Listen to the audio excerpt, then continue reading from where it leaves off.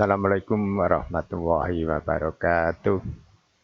Alhamdulillah wa syukurillah atas ridho dan berkenannya kita bisa mengikuti melaksanakan perkuliahan pada malam hari ini dengan tiada aral suatu pun.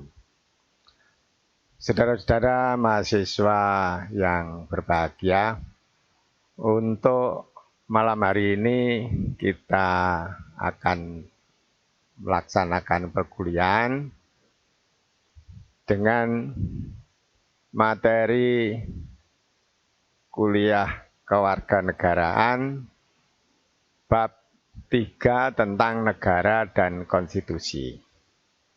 Saudara-saudara, pada minggu yang lalu kita sudah masuk pada materi bab 3 dan saat ini kelanjutan dari materi yang kemarin mengenai tentang negara, sekarang subbab B tentang konstitusi negara. Saudara-saudara, dalam konstitusi ini nanti yang kita sampaikan ada 2 subbab, yaitu konstitusi dan peranan konstitusi dalam kehidupan bernegara. Sedangkan dalam materi konstitusi ini ada 3 macam. Yang pertama adalah konstitusi dan undang-undang dasar. Kemudian yang kedua tentang unsur-unsur yang terdapat dalam konstitusi, dan yang ketiga perubahan konstitusi. Inilah saudara-saudara pokok-pokok yang akan saya sampaikan pada hari ini atau malam hari ini.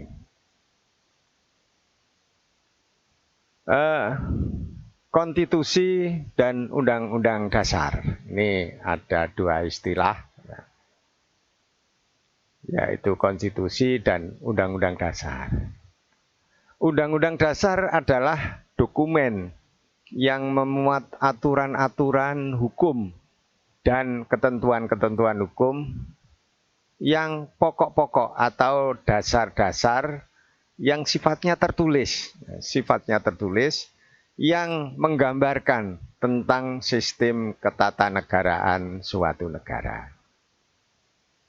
Kemudian konstitusi adalah dokumen yang memuat aturan-aturan hukum dan ketentuan-ketentuan hukum yang pokok-pokok atau dasar-dasar yang sifatnya tertulis maupun tidak tertulis. Sifatnya tertulis maupun tidak tertulis, yang menggambarkan tentang sistem ketatanegaraan suatu negara.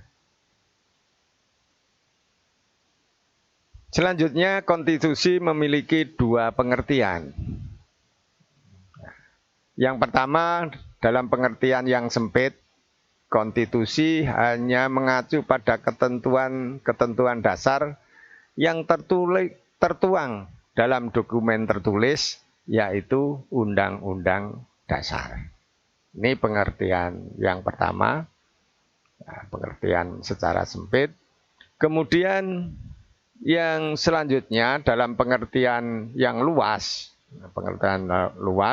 konstitusi juga mencakup kebiasaan ketatanegaraan sebagai suatu kaidah yang sifatnya tidak tertulis. Jadi konstitusi ini 2 macam pengertian itu. Ada yang tertulis dalam arti sempit dan tertulis dan tidak tertulis dalam pengertian yang kedua. Dalam pengertian yang sempit, konstitusi hanya mengacu pada ketentuan-ketentuan dasar yang tertuang dalam dokumen tertulis, yaitu Undang-Undang Dasar. Ini pengertian yang sempit. Dan dalam pengertian yang luas, konstitusi juga mencakup kebiasaan ketatanegaraan sebagai suatu kaidah yang sifatnya tidak tertulis. Jadi konstitusi ini dua macam pengertian ini. Selanjutnya yang kedua, unsur-unsur yang terdapat dalam konstitusi. Unsur-unsur yang terdapat dalam konstitusi modern meliputi A. Struktur organisasi negara dengan lembaga-lembaga negara yang ada di dalamnya. B. Tugas dan wewenang masing-masing lembaga negara dan hubungannya tata kerja antara lembaga satu dengan lembaga yang lainnya. Hubungan antar lembaga dalam pemerintahan itu. Kemudian C. Jaminan hak asasi manusia dan warga negara. Ini ada 3 macam unsur ini. Selanjutnya yang ketiga, perubahan konstitusi. Betapapun sempurnanya sebuah konstitusi, pada suatu saat konstitusi ini bisa ketinggalan zaman atau tidak sesuai lagi dengan dinamika dan perkembangan masyarakat selanjutnya. Jadi konstitusi yang pertimbangan pertama seperti itu. Yang penting perubahan konstitusi ini bisa dilaksanakan untuk menyesuaikan situasi saat ini. Yang penting bahwa perubahan itu didasarkan pada kepentingan negara dan bangsa. Jadi yang diutamakan adalah kepentingan negara dan bangsa. Dan bukan kepentingan politik sesaat dari golongan atau kelompok tertentu. Ini yang utama. Selanjutnya pendapat dari KC Weir mengemukakan bahwa perubahan konstitusi ini dapat terjadi dengan berbagai cara. Yang pertama perubahan resmi. Kemudian selanjutnya perubahan ini dengan penafsiran hakim dan yang C kebiasaan ketatanegaraan atau konvensi. Ini menurut Weir. Kemudian kita lihat sekarang atau kita pelajari tentang Undang-Undang Dasar 45. Di sana ada satu pasal yang mengatur tentang perubahan Undang-Undang Dasar, yaitu pasal 37. Perubahan itu adalah sebagai berikut. Ini di dalam Undang-Undang Dasar 1945. Yang pertama, usul perubahan pasal-pasal dalam Undang-Undang Dasar dapat diagendakan dalam sidang MPR apabila diajukan oleh sekurang-kurangnya 1/3 dari jumlah anggota MPR. B. Setiap usul perubahan pasal-pasal Undang-Undang Dasar diajukan secara tertulis dan ditunjukkan dengan jelas bagian yang diusulkan. Jadi yang diusulkan perubahan ini yang mana dan alasannya apa? Kenapa pasal-pasal tertentu ini diubah dan termasuk alasannya. Dan diajukan secara tertulis oleh anggota MPR. C. Untuk mengubah pasal-pasal Undang-Undang Dasar, sidang MPR harus dihadiri oleh sekurang-kurangnya 2/3 dari jumlah anggota MPR. Jadi jumlah anggotanya ini berapa? Ini yang hadir langsung sekurang-kurangnya 2/3 dari jumlah anggota MPR yang ada. Kemudian D, putusan untuk mengubah pasal-pasal Undang-Undang Dasar dilakukan dengan persetujuan sekurang-kurangnya 50%. Separuh ya. Ditambah 1 anggota dari seluruh anggota MPR yang ada. Seluruh anggota yang ada. Jadi untuk disetujui perubahan itu separuh plus 1 atau 50% per 1. Plus 1. Khusus mengenai bentuk negara, Kesatuan Republik Indonesia tidak dapat dilakukan perubahan. Jadi bentuk negara ini NKRI ya NKRI. Kalau istilah-istilah yang sering kita lihat, kita dengar NKRI harga mati. Ini saudara-saudara sekalian. Selanjutnya sejak memasuki era reformasi, muncul arus pemikiran tentang keberadaan Undang-Undang Dasar 1945. Memang era sebelumnya, baik era Orde Lama maupun era Orde Baru, ini perubahan undang-undang ini belum pernah dilaksanakan. Sehingga setelah reformasi ini muncul pemikiran. Ini disebabkan karena Undang-Undang Dasar 45 ini mengandung rumusan pasal yang membuka peluang timbulnya penafsiran ganda. Karena Undang-Undang Dasar 45 ini singkat, simpel, sehingga penafsirannya juga bisa macam-macam atau berbeda antara satu dengan yang lain. Kemudian selanjutnya bahwa Undang-Undang Dasar 45 memberikan kekuasaan yang terlalu besar kepada Presiden sebagai pemegang kekuasaan eksekutif. Jadi Undang-Undang Dasar yang ditetapkan pada 18 Agustus 1945 ini kekuasaan Presiden ini sangat tinggi, sangat besar. Nah, ini timbul pemikiran baru untuk perubahan ini. Sehingga Presiden nanti tidak terlalu kuat, tidak terlalu besar kekuasaannya atau kewenangannya. Bahwa Undang-Undang Dasar 45 yang tidak tegas ya, antara sistem pemerintahan presidensial dan sistem pemerintahan parlemen. Nah, ini tidak jelas. Jadi undang-undang dasar ini presidensial tapi juga parlementer.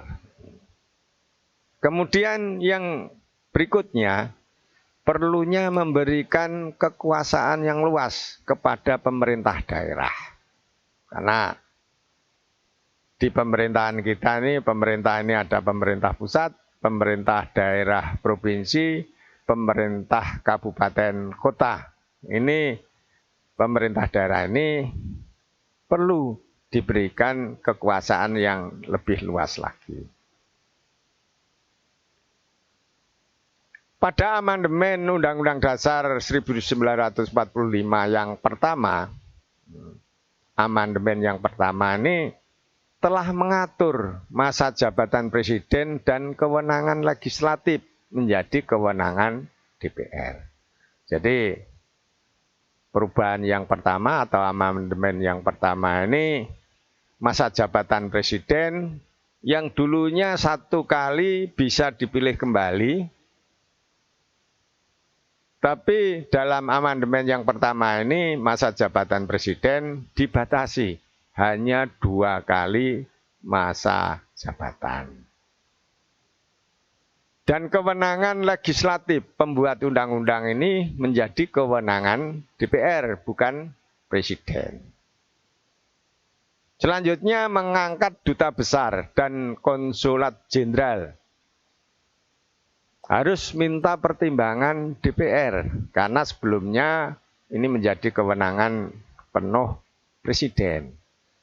Dan gerasi rehabilitasi dengan pertimbangan Mahkamah Agung. Serta memberi amnesti, abolisi dengan pertimbangan Dewan Perwakilan Rakyat. Ini perubahannya. Sistem pemerintahan presidensial dengan munculnya ketentuan bahwa presiden dipilih langsung oleh rakyat. Kalau sebelumnya pemilihan presiden ini adalah kewenangan MPR, tapi dengan amandemen ini presiden dipilih langsung oleh rakyat. Jadi warga negara atau rakyat ini memilih langsung presiden yang dikehendaki.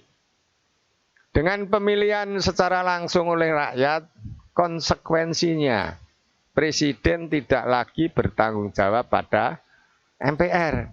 Kalau sebelumnya presiden bertanggung jawab pada MPR. Sekarang dengan dipilih langsung oleh rakyat ini, presiden tidak bertanggung jawab pada MPR.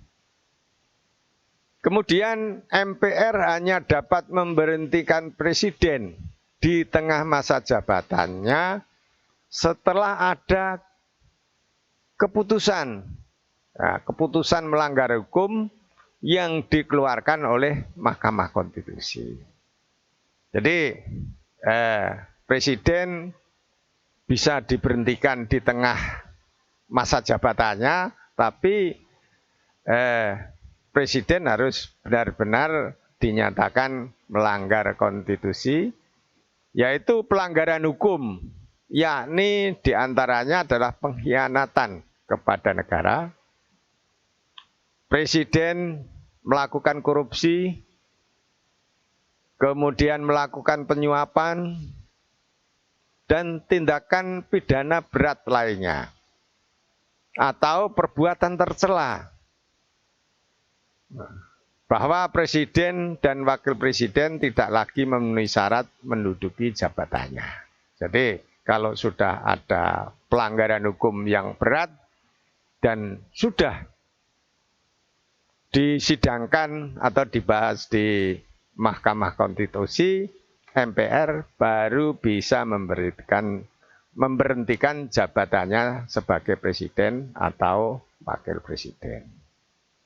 Kaitan perlunya memberikan kesempatan bagi daerah untuk mengatur urusan daerahnya telah dilakukan amandemen pasal 18 Undang-Undang Dasar 45 dengan menambahkan pasal 18A dan pasal 18B.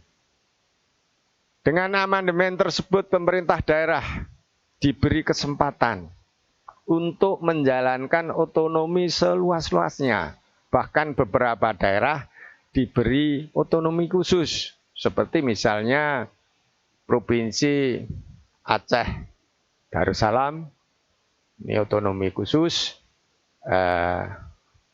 Provinsi Papua Barat dan Papua, dan juga daerah istimewa, di antaranya daerah istimewa Yogyakarta dan daerah khusus Ibu Kota Jakarta. Konstitusi sebagai pedoman dasar dalam penyelenggaraan kehidupan bernegara agar negara berjalan tertib,